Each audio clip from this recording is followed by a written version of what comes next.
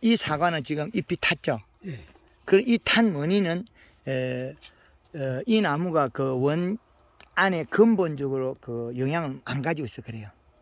잎이 길쭉길쭉하죠. 아직 둥근 잎이 안 나왔어요. 그 이제 쉐잎이 나오는데 이제 둥근 잎이 나와요. 이제 정상적으로 되는 거죠. 나무가 이제 위에 잎은 둥그러져 가지고 정상이 되는데, 그런데 위에 잎을 만지보면 얇아요. 아까 저 아래쪽에서는 제가 잎을 두껍다 그랬죠. 근데 여기서는 그래 안 두꺼워요.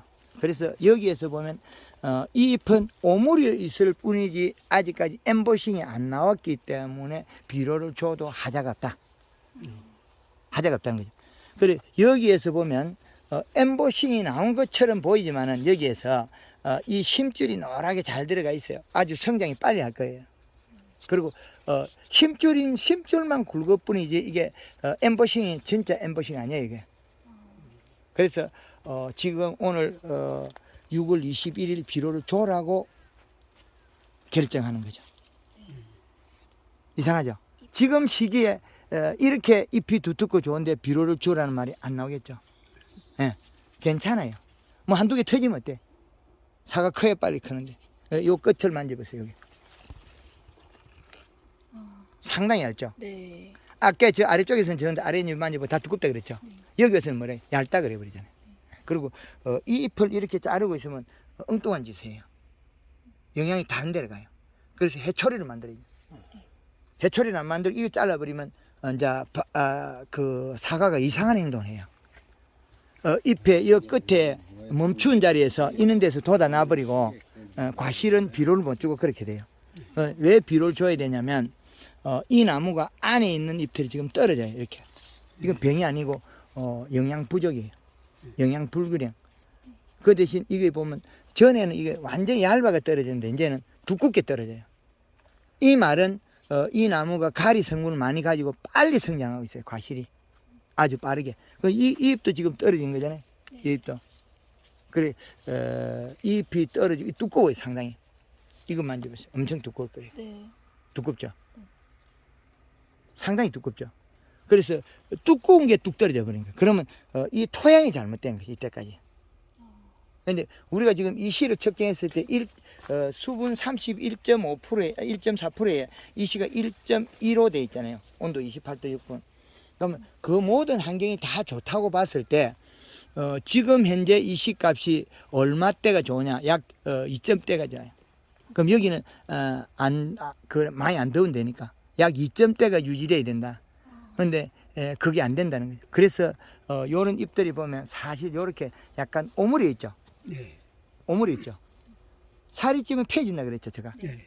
그 오물이 있다는 거죠. 요 잎도 어떻게 해요? 오물이 있죠. 네. 그래서 비료 부족으로 판단합니다. 더 줘야 돼. 네, 그래서 그리고 이 나무들이 여기 이 나무 여기 보면 이거 청태가 여기까지 있죠. 네. 그 저 위에까지 올라갔어요. 저 위에까지. 그러면 약 1m 50을 넘게 올라갔거든요. 그럼 이 밭에서는 인산이 많이 있어요. 그런 인산도 있고 과거에 뭐 다른 거 준 것도 인해 가지고 가리 성분도 많이 있다는 거죠. 부족한 거는 질소분이 부족으로 보면 됩니다. 그래서 질소 부족으로 보고 키워야 된다. 여기서는 와서 제가 잎이 두텁 소리를 아예 처음부터 안 하잖아요. 잎이 오므리했다, 과실이 빨리 클 거다, 얇다, 이런 이야기는 계속하고 있죠. 그래서 아래쪽에 있는 부산은 두껍다는 이야기 했는데 여기 와서는 그래 안 두껍다는 이야기를 많이 해요. 그리고 여기서는 잎이 그냥 뚝뚝 떨어져요. 그냥 무작정 떨어져요. 무작정 뚝뚝 떨어진다는 거죠. 그래서 떨어진다는 소리는 영양 이동을 많이 하고 있다는 거죠. 그리고 비가 오면 더 많이 떨어질 수 있어요. 비가 오면 앞으로 비가 갑자기 오면 더 많이 떨어져요. 이거는 10%인 거잖아요. 네. 10%가 뚝 떨어져 버려요. 영양이 없다는 거죠. 그래서 여기 그 마그네슘을 준 적 있는가요? 없어요. 없어요. 항산 마그네슘, 항산 고토. 지금 이거는 일부 마그네슘 결핍도 봐야 되거든요. 어려운 거예요. 이거 마그네슘 결핍을 보는 거는 여기에서 이제 잎을 보고 찾아야 되거든요. 잎을 보고 약간 어떤 행동이 조금 달라요. 두터우면서 이렇게 갑자기 툭 떨어질 때 마그네슘 결핍을 봐야 돼요. 마그네슘 결핍. 다른 데는 가면 잎이 영양이 다 없어지고 떨어지거든요.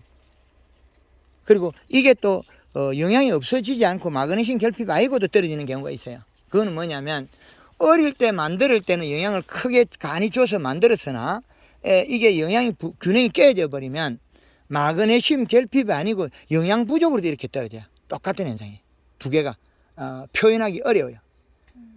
잎을 보고 이거를 결정해야 되는데 우리는 이 잎을 보고 결정했는데 어딘가 모르게 조금 엇박잖아요. 잎이 진하고 두텁고 해야 되는데 두터운 건 맞는데 힘이 두터운 것 속에서 뭔가 약간 빠져 있어요. 힘이 좀 부족한. 네, 그렇죠. 정확하게 봤어요. 진한 듯 하면서 녹색인 듯 하면 흐리고 그게 보이죠? 녹색인 듯 하면서 흐려요. 광채가 약간 죽어 있고 광이 안 난다는 거죠. 그러면 얘들한테는 지금 문제가 일어나고 있다. 그런 이 와중에 이 가지를 자르면 더 심해집니다. 이걸 자르면 더 심해져요. 안 자른 여기하고 잘란 데하고 두 개 또 달라져 버려요. 안 자른 데하고 잘란 데하고는 금방 달라져요. 안 자른 데하고 잘란 데가 금방 바뀌어 버리거든요. 예. 안 자른 데하고 잘란 데하고는 금방 바뀌어요. 여기도 이런 잎이 떨어지는 게 마찬가지거든요. 그런데 떨어지는 건 마찬가지인데 이 잎도 타기 됐거든요. 그러면 이 잎이 비료를 안 가지고 있어. 근데 처음에는 비료를 가진 척 했거든. 근데 일정한 어떤 영양소가 이거 결핍이에요. 영양소 결핍이에요. 예, 영양소 결핍이에요. 그런데 이게 미량 요소가 들어있다면 요게 애매한 게 아까 아래쪽에는 요게 두텁고 누리끼리 했죠. 그건 질소인데 이거는 마그네슘 결핍 비슷하게 생겼어도 요건 결국은 질소 부족으로 봐야 될 거예요. 아래쪽에서는 약간 이게 노라면서 두꺼웠죠. 이 노라면서 얇죠. 그래서 마그네슘 아래쪽 하엽을 보면 이걸 보면 마그네슘 결핍을 볼 수 있어요. 그런데 생장점에 보면 질소 부족으로 봐야 돼요. 아주 애매한 일이 벌어졌죠, 이제. 예. 그래서 이게 이런 아주 애매한 일인데 우리가 미량 요소를 많이 전화놓고 영양을 땡겨 올려도 완전한 자기 몸이 안 됐다는 거죠. 완전한 몸이. 그 완전한 몸이 안 됐기 때문에 이렇게 벌어진다는 거죠. 여기 보면 아랫잎들이 말라가지고 떨어지는 게 이것들이 완전한 몸이 다 구성이 안 돼서 그래요. 이때까지 비료를 안 준 것 때문에 일어나는 거죠. 굶어서 일어나는 거예요. 그럼 올해 이제 바로지는 과정에 일부 약간 장애가 일어나는데 요것도 질소 부족으로 보면 맞아요. 질소 부족으로. 약간 안 만 듯한 엇박자 나왔다. 여기부터 끝이 여기부터 저 아래쪽 두꺼운 요는 얇고 요거만큼 얇아. 얇다는 소리는 질소 부족으로 보는 게 맞다. 이제 이해됩니까? 진단 어렵지요. 이거를 보고 이렇게 좋은 걸 보고 질소 부족으로 진단하기 어려워요. 저도 이 이야기하고 누가 믿어줄까 안 믿어줄까 더 어렵고 그렇죠. 이렇게 잘 크고 있는데 여기 고실라지는 거나 이런 걸 보면 그 얘기 맞다는 거예요. 처음에는 못 모르고 지가 먹어서 몸을 만들었단 말이에요. 알고 보니까 지 몸에 완성이 안 된 거예요. 부분에 에너지가 부족한 거예요. 그러면 과실이 빨리 크니까 얘가 갑자기 이렇게 컸죠. 열매가 이렇게 며칠 사이 쑥 커버렸죠. 며칠 사이 쑥 커버리니까 어느 놈을 써야 돼? 이 팔이 있는 건 왕창 써버린 거죠. 며칠 사이 쑥 커버리니까 이게 전혀 다른. 과거에는 이래 우락부락 이래 안 컸거든. 예, 이게 좀 뽀족하고 팽이처럼 튀어나와야 크거든. 얘네들은 이제 자리 잡아 쑥쑥 큰다는 거예요. 요거는 좁히된 거 없어져 버렸죠. 여기 쑥 크는 거. 요것도 이제 여기 팽이처럼 이게 없어지고 있죠. 빨리빨리 크는 거죠. 요는 건 아직 작게 컸으니까 팽이처럼 남아 있고. 요는 것들은 또 더 적게 크니까 더 팽이 요 오뚜기처럼 짤록하고 이렇게 자기 몸을 바꾸가는 중이기 때문에 시간이 가면 낙엽이 더 질 것 같다. 낙엽이 떨어지는 걸 잡아주는 거, 하엽이 떨어지는 건 뭐라 그래요? 질소 부족이죠. 그 우리 부추 전구지 하엽이 지는 거 질소 부족. 그 배추 이파리 고추 이파리 하엽이 지는 거는 질소 부족. 그 우리 그 사과에 하엽이 떨어지는 건 질소 부족. 그렇죠. 이렇게 보면 아주 또 다른 뭐 질문 있습니까 여기에? 아까 지금 해초리라 한 거 요거 요 가지가 지금 우리가 그 있어도 불편하죠. 다른 데 영양 가야 되고 다음에 영양 요리 가야 되는데 이걸 자르면 여기 장애를 주기 때문에 안 잘라 둔 거잖아요. 그럼 이걸 해초리로 만들면 되겠죠. 이걸 딱 잘라 잎을 딱 뜯어서 그러면 지금 여기도 시간이 걸리도 해초리를 만들어야 되는데 여기 그럼 여기다가 해초리를 만들어 버리면 안 자라요. 이렇게 해초리를 만들어야 돼. 그럼 여기는 잘랐잖아요. 그럼 이쪽에 꼭 꽂는 문제가 돼요. 여태까지 그런 일이 반복됐을 거예요. 그 가지 만들어 잘라버리니까 이가 터지가 또 열매가 안 열고 그랬죠. 그럼 요거는 지금 우짜라지 않는 가지는 맞아요. 그런데 요런 것들을 잘라가지고 얘가 이 차지가 트면 우짜라는 가지로 바뀌어요. 그래서 지금 이 가지는 뭐냐면 우짜라는 가지예요. 앞으로 이 가지는 일이 되게 많아요. 그럼 요 가지를 해초리를 뒀다가 여기에다가 9월 달에 8월 말 9월 초에 딱 잘라버리면 다시는 안 돋아나요. 그래서 이런 가지를 우짜라지 않는 가지를 많이 둬야 되는데 우리가 지금 이렇게 잘라버린 이것 때문에 더 장애를 주는 거죠. 해초리로 만들어야 돼요. 해초리로 만들어 가지고 뒀다가 잘라버리면 여기서 발생 안 하겠죠. 여기 밑에 이제 가지가 형성되어 있으면 발생할 필요 없고 이 가지도 잘못 만드는 거예요. 열매는 안 늘고 가지만 크는 우짜람 가지예요. 이 가지도 새로 만들어야 되는 거예요. 이제 이해되죠? 일만 뒤지게 하는 거예요, 이건. 우짜람 가지. 그럼 요 가지만 우짜라지 않는 가지거든요. 이제 편하죠?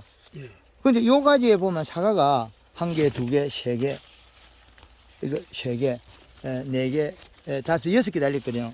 그럼 이 가지 사과 그래 알고 덩치 보면 1개, 2개, 3개, 4개, 4개, 이게 여기 5개, 6개, 7, 8개, 한 9개, 10개 정도 달리거든요. 그 8개 정도 달리는데 이거 면적이 엄청 크단 말이에요. 그리고 얘는 도장지가 끊임없이 발생해요. 우짜라는 나무기 때문에 그래요. 여기에서 다시 나온 요 가지가 우짜라지 않는 가지예요. 여기. 요 가지까지도 우짜라는 가지라는 거죠. 휘어서 만드는 거기 때문에. 여기서 아래 나온 요 가지를 다시 쓰면 여기에서 아래쪽으로 처진 가지. 이 가지를 쓰면 우짜라지 않는 가지. 이제 다르죠? 살살 자세히 보면 보여요. 요 가지가 우짜라지 않는 가지, 이 가지가 우짜라지 않는 가지. 자연적으로 그냥. 아니, 여기서 1년 액화에서 천천히 나온 가지들. 그러면 여기서 보면 요 가지는 우짜라지 않는 가지. 네. 그죠? 네. 요 가지도 우짜라지 않는 가지, 요 가지도 우짜라지 않는 가지. 알로 휘어놨을 때 이 가지도 우짜라지 않는 가지라고 했잖아요.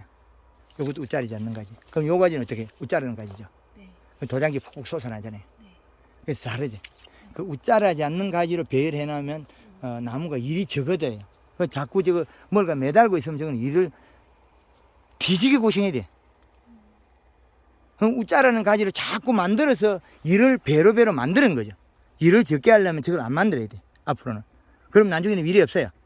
할 일이 없어요. 할 일이 계속 줄어들 거죠. 사과만 크고 나무는 별로 안 자라네. 지금은 나무는 크고 사과는 작기 사과가 적어지고 도장지가 많이 나고 매년 이렇게 바닥에 이렇게 뜯어내버리는 거죠. 나무를 키우고 뜯어내버리고 그리고 올해 이렇게 비를 줘도 이게 도장지 가는 이 가지들이 이런 가지들이 절간이 짧다. 마디가 짧죠. 요소를 그렇게 줘도 절간이 짧다는 거죠. 무지하게 짧아요. 그렇죠. 두 잎은 없어져야 두 잎은 없어야 되는 잎이. 그렇죠. 간격이 이렇게 넓어지는 게 좁아진다는 거죠. 비료를 적정량을 먹었을 때 나무의 웃자람이 방지되는데 이때까지 비료 적게 주면 어떻게? 요 봄순이 작고 그 남은 에너지는 키로 키워요. 잎 속에 영양이 부족하다, 두께가 부족하다 그러면 어떤 일정 부위에 자꾸 키를 키워요. 그죠? 그래서 사과는 작고 도장지는 하고 일은 많고 비료 적게 주면 과일은 적은 것 따고 일은 뒤지게 많이 하는 거예요. 함부로 그렇게 하면 안 된다는 거죠. 앞으로 지금 현재 이 홍로에서는 아까 똑같은 비료 줬을 때 부산은 비료가 맞다 그러고 홍로는 또 비료 부족하죠. 나무가 달라요. 아까 또 우리가 아오리도 비료 부족하죠. 똑같은 걸 먹어도 다르게 행동하죠. 그 지금 안정화가 안 돼서 그래요. 올해 지나고 나면 내년부터는 괜찮아져요. 아, 그럼 내년부터는 같이 똑같이 계속 그렇죠. 줘도 되는데 그렇죠. 지금은 부족한 부분에만 더 줄 수는 없어요. 더 줄 수는 없는. 예, 여기 홍로는 요 별도로 되어 있으니까 여기 비료 주세요. 네. 여기는 줘도 괜찮아요. 그리고 빨리 많이 먹을 거고 부사보다 더 빨리 먹으니까 괜찮아요. 그리고 올해 그 추석이 뭐 9월 10일이면 8월 20일 이후에는 수확해야 되기 때문에 그거를 맞추는 것도 괜찮다. 그런데 밤낮 일교점 때문에 사과 큰다 생각하면 절대 오산이라. 질소 비의 잎 두께에 의해서 저 남부 지방에서 비료가 부족해서 사과 안 크고 있거든요. 그러면 여기 사는데 어떻게 더워서 안 큰다 그러죠. 그거 아니에요. 비료가 부족해서 안 크고 있을 뿐이지. 그러면 여기는 늦으니까 우리는 급하게 비료를 많이 주고 있어요. 홍로는 부사보다 비료 많이 주죠. 그것 때문에 큰 거예요. 여기 추웠다 시원해서 큰 거 아니에요. 비료를 많이 줘서 큰 거지. 뭐 그런다고 해서 여기 홍로가 1kg짜리 나오는 거 아니잖아요. 1kg짜리 잘 안 나오죠. 예, 홍로는 1kg짜리가 만들기 쉬워요. 홍로는 1kg짜리가. 부사도 1kg까지 나오는데 그 당브릭스 내는 것도 질소고 과일 대과만 하는 것도 질소다. 그렇게 설정하면 돼요. 올해 아마 진행이 잘 돼가고 이런 어린 나무 이것들은 아직까지 힘을 못 받아서 그래요. 낙엽이 지면 그 과실수가 뿌리가 있느냐 없느냐 이거거든요. 낙엽이 지면 뿌리는 굶어서 죽어요. 이제부터 이상해지죠. 우리는 전년도 뿌리를 올게 일할 것이다. 아니에요. 얘 잎이 떨어지면 새거는 굶어 죽어요. 그래서 가을에 감사비로 주지 마라 하는 게 이 잎이 떨어져서도 내 영양은 내려가고 있어요. 이 동에 가던 영양소 내려가요. 그럼 뿌리는 어떻게? 지상부에서 영이 내려오고 있으니까 비료를 빨아들이가 위로 보내겠죠. 그럼 몸속에 질소가 차요. 비료가. 그러면 겨울에 몸속에 질소가 많은 건 얼어 죽어요.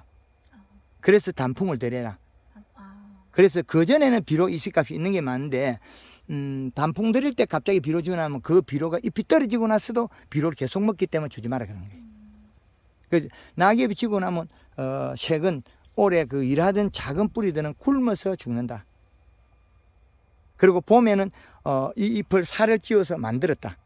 지금 뿌리는 만들어 놨는데 제 역할을 못하기 때문에 작은 잎이 떨어진다. 요런 작은 잎들이 떨어지는 게 원인이 그거다.